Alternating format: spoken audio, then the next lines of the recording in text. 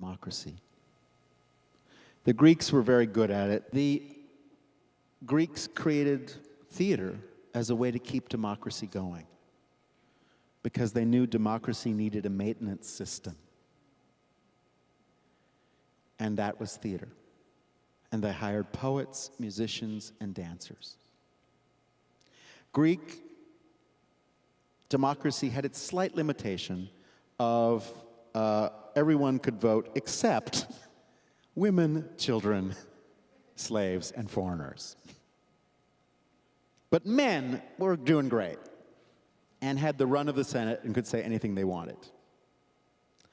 The Greeks created the theater on the outside of town in a mountain. They created an auditorium in a mountain. 5,000 seats carved into the mountainside. That was the number of citizens who could vote in Athens.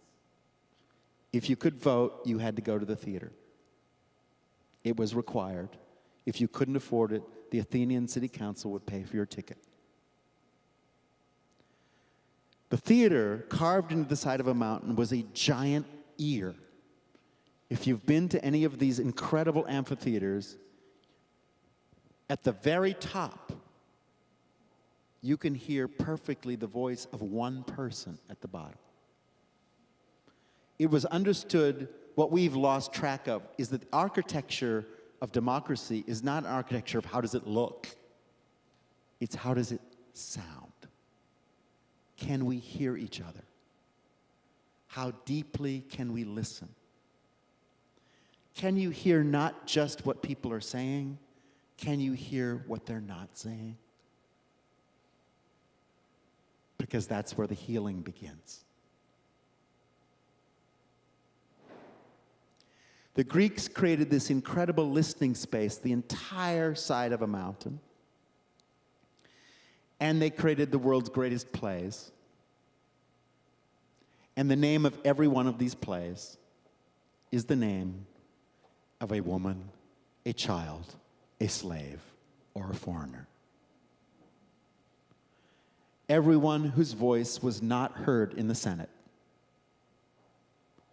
The Greeks said, we need to hear these people, these stories. We need to create an area which privileges the people we are not yet hearing from. And that's the work of democracy. Not handing a microphone to someone who's already talking all the time,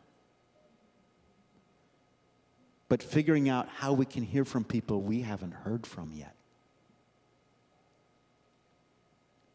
And can we create a space for those people where they feel it's worth finally speaking,